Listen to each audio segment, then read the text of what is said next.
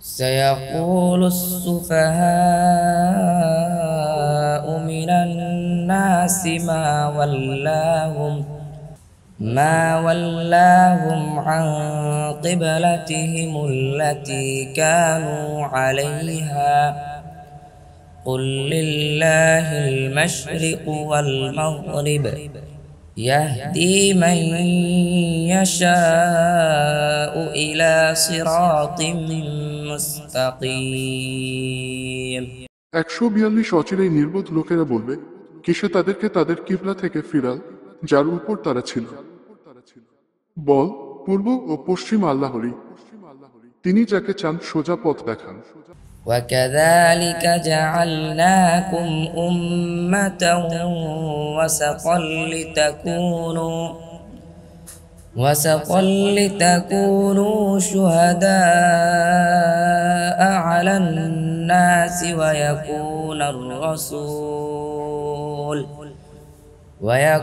الرسول عليكم شهيدا وما جعلنا القبلة التي كنت عليها إلا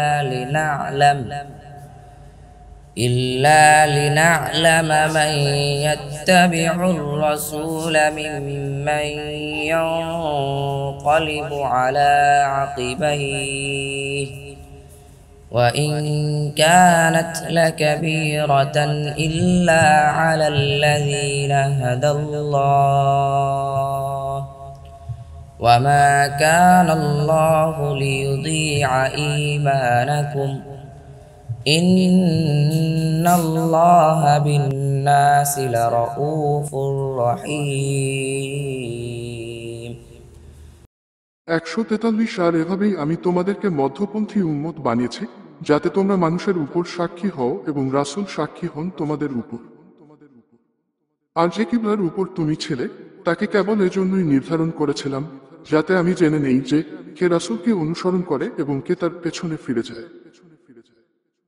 যদিও তা অতি কঠিন অন্যদের কাছে, তাদের ছাড়া যাদেরকে আল্লাহ হিদায়াত করেছেন, এবং আল্লাহ এমন নন যে তিনি তোমাদের ঈমানকে বিনষ্ট করবেন।